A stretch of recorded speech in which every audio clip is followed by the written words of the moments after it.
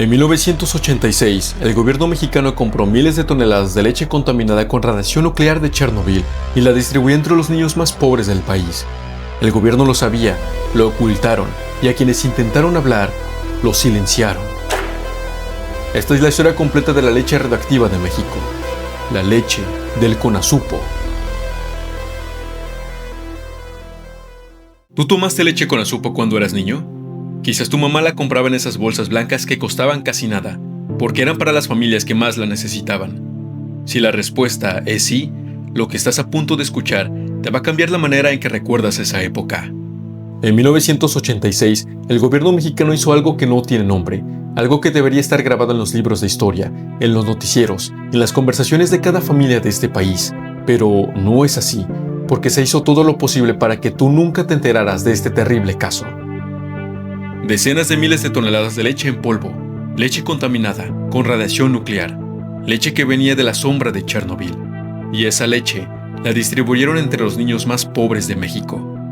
Esto no es una leyenda urbana, no es un rumor de internet, está documentado, está confirmado por el Congreso de la República y los responsables nunca pisaron la cárcel. Bienvenido a un nuevo episodio en el canal. Hoy presentamos ¿qué pasó con la leche radioactiva del Conazupo?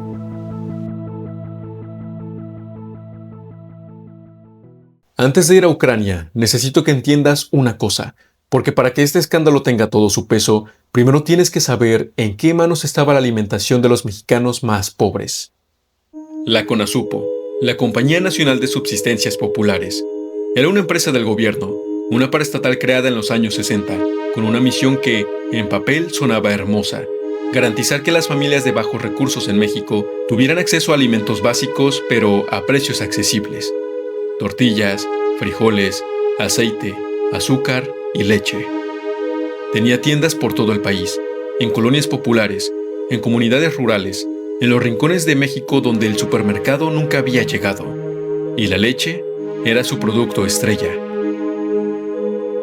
A través de su subsidiaria Liconza, la Conazupo compraba leche en polvo en el extranjero, la rehidrataba en las plantas procesadoras y la distribuía en las bolsas blancas que millones de familias mexicanas conocemos perfectamente. Era literalmente el único acceso a la leche que tenían millones de niños en este país. Piénsalo, no era un producto de lujo que alguien podía o no podía comprar. Era la leche de los que menos tenían opción. Y era el gobierno que decidía qué les llegaba.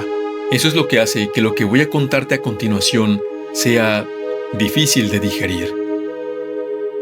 Para entender lo que le pasó a México, primero tenemos que ir a la Unión Soviética. 26 de abril de 1986. Son las 1:23 de la madrugada. En la central nuclear de Chernobyl, en lo que hoy es Ucrania, ocurre la peor catástrofe nuclear de la historia humana. El reactor 4 explota. Y lo que salió de esa explosión no se quedó solo en Ucrania. Los científicos calcularon después que aquella nube de radiación liberó el doble de energía radioactiva que las bombas atómicas de Hiroshima y Nagasaki juntas. Una nube invisible e inodora que empezó a viajar. Para el 28 de abril, los monitores de radiación en Suecia empezaron a sonar. Para el 3 de mayo, esa nube había cruzado Europa y cubierto casi todo el territorio de Irlanda. Y aquí es donde empieza nuestra historia. Porque Irlanda no era solo un país afectado, era uno de los principales productores y exportadores de leche en polvo en el mundo. Cuando la nube de Chernobyl pasó sobre sus campos, su ganado comía en pasto contaminado, y ese ganado produjo leche. Leche con cesio 137 y estroncio 90 en su interior, dos elementos radioactivos capaces de penetrar en los huesos, en los tejidos, en el sistema inmune, dos elementos que, con suficiente exposición, pueden causar leucemia, cáncer de tiroides y tumores. Las compañías irlandesas que tenían ese producto, el Irish Dairy Board, también conocido como IDB, se encontraron de repente con decenas de miles de toneladas de leche que nadie en Europa quería comprar. ¿Qué hicieron? Lo que hace cualquier empresa cuando tiene un problema que no quiere que se sepa. Buscaron a alguien que no preguntara demasiado. Y miraron hacia América Latina. Ahora imagina esto.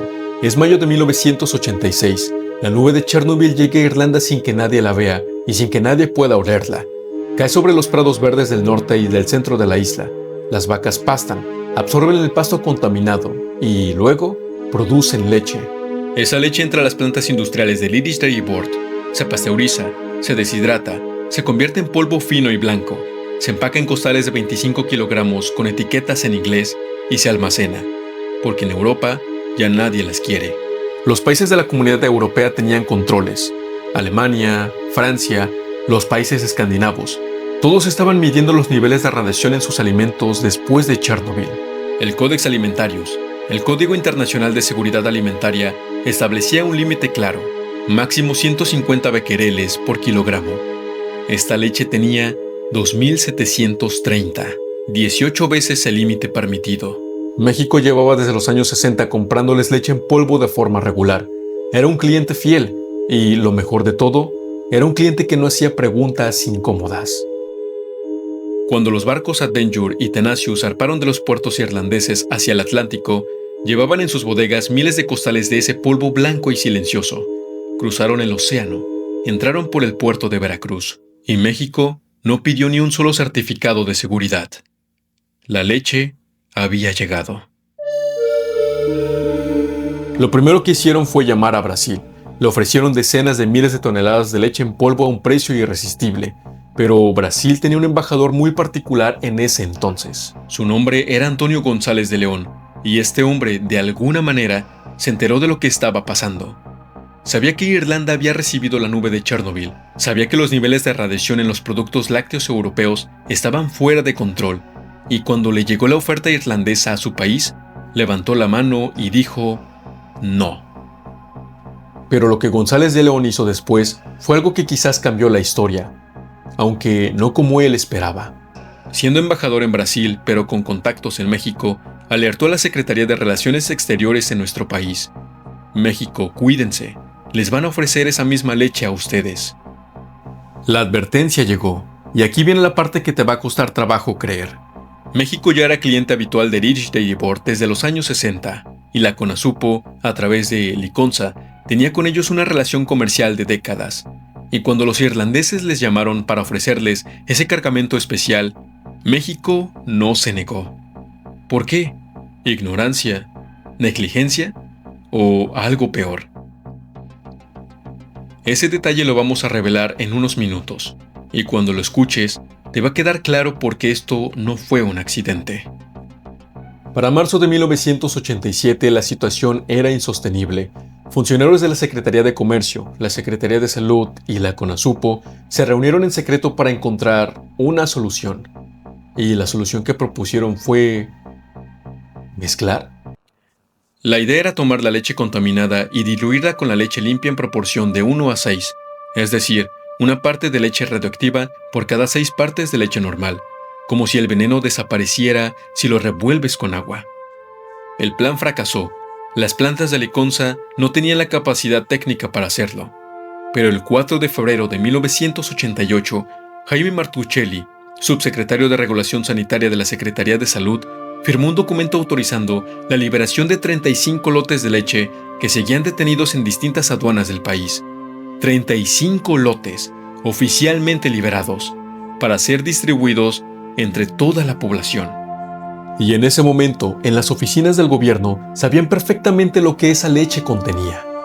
¿Cómo sabemos todo esto? Porque los documentos llegaron a las manos del periódico La Jornada. Y cuando La Jornada y la revista Proceso empezaron a publicar la historia, el país comenzó a enterarse.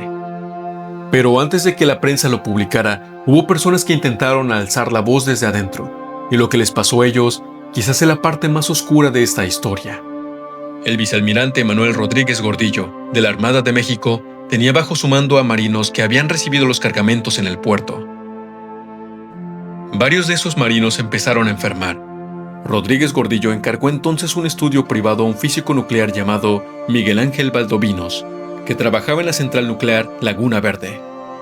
Valdovinos analizó muestras de la leche y encontró cesio 137 y estroncio 90, los mismos elementos que habían salido de Chernobyl. Rodríguez Gordillo llevó el informe a sus superiores y la respuesta de la Armada Marina de México fue ¿silenciarlo? Tanto él como Valdovinos fueron cesados de sus cargos, acusados de difamación, 2 personas que decían la verdad, destruidas profesionalmente para proteger a quienes habían autorizado distribuir la leche radioactiva entre los niños más vulnerables de México. Y mientras tanto, en el Hospital Infantil Federico Gómez de la Ciudad de México, los médicos empezaron a notar algo que no podían ignorar. Entre 1987 a 1990, los casos de cáncer infantil aumentaron de forma súbita, sin poder probar que era directamente por la leche, sin poder rastrear a cada niño que la había consumido, sin tener los datos que el gobierno se negó a levantar, pero los médicos lo vieron y lo reportaron. El 21 de enero de 1988, el Grupo de los 100, una organización ecologista liderada por intelectuales y artistas mexicanos, hizo pública la denuncia. Se sumó Greenpeace, la prensa ya no podía ignorarlo, y el gobierno, acorralado, actuó. El 18 de febrero de 1988, la Secretaría de Salud ordenó oficialmente la devolución de los cargamentos con niveles superiores a 370 becquereles. Para entonces, ya habían pasado casi 2 años. La leche que llegó entre septiembre de 1986 y enero de 1987, más de 12.900 toneladas métricas, nunca pudieron ser analizadas completamente porque ya habían sido distribuidas y consumidas.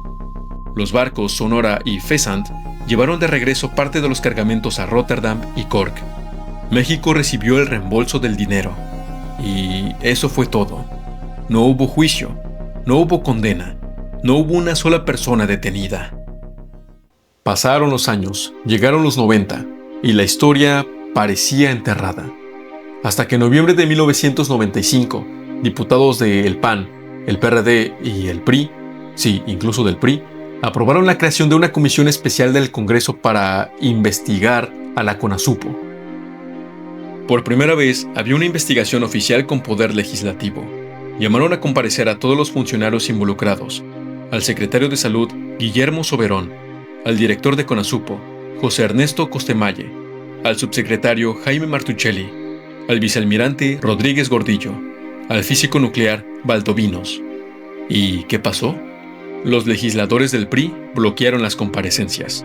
Ejercieron presión política para que los resultados no fueran públicos. Aún así, la comisión logró publicar sus conclusiones en 1999, 5 tomos completos de investigación. Las conclusiones fueron devastadoras. Primero, CONASUPO fue negligente. No solo tenía información suficiente para saber que la leche estaba contaminada, sino que existían otros proveedores sin contaminación disponibles al mismo precio. Segundo, más de 12.900 toneladas métricas de leche no pudieron ser rastreadas porque ya habían sido distribuidas antes de que se iniciara cualquier análisis. Tercero, la leche que llegó en 1987 fue devuelta y el costo reembolsado, pero nadie fue a la cárcel. 5 tomos de evidencia y negligencia confirmada, silenciamiento documentado, enfermos sin compensación y 0 consecuencias legales. Mucha gente que escucha esta historia dice lo mismo. Eso era otra época. Hoy eso no podría pasar. Y yo quiero que te detengas en ese pensamiento. Porque hoy tenemos redes sociales, tenemos acceso a información, tenemos más medios de comunicación, pero también tenemos exactamente los mismos mecanismos de silenciamiento que existían en 1986 o incluso de modificación y alteración de evidencia. Hoy, si una empresa extranjera intentara colocar producto contaminado en México, ¿quién lo detectaría primero? ¿Los funcionarios de la Secretaría de Salud que ya saben de antemano? ¿O un tuitero que se topa con un documento filtrado? La diferencia es que hoy el escándalo explotaría en horas, pero también hay algo que no ha cambiado: la impunidad. Los mecanismos para que los responsables de una crisis de salud pública jamás lleguen a juicio en México siguen exactamente igual que en 1988. El programa Liconza, el heredero directo de CONASUPO, sigue existiendo, sigue distribuyendo leche subsidiada entre familias de bajos recursos. No estoy diciendo que hoy esté contaminada, estoy diciendo que el sistema que permitió que aquello ocurriera nunca fue desmantelado. Hasta el año 2022, el caso seguía activo. Una solicitud de transparencia obligó a la Secretaría de Salud a entregar un informe actualizado sobre lo ocurrido. Décadas después, el expediente sigue sin cerrarse del todo.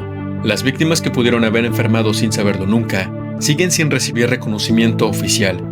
Los responsables murieron o envejecieron sin rendir cuentas, y la leche ya fue consumida. No podemos saber cuántos de esos niños de esa generación de los 80 desarrollaron enfermedades relacionadas con la exposición a cesio 137 o estroncio 90, porque el gobierno nunca levantó ese estudio. Deliberadamente, esta historia no termina con justicia, no termina con una condena, no termina con una disculpa oficial, termina con un silencio que dura hasta hoy. Si llegaste hasta aquí, ya sabes algo que mucha gente en México todavía no sabe. Comparte este video, no para asustar, sino porque esta historia merece ser recordada, y las víctimas merecen que alguien las nombre. ¿Tú o alguien de tu familia consumió leche con azupo en los años 80? Te leo en los comentarios.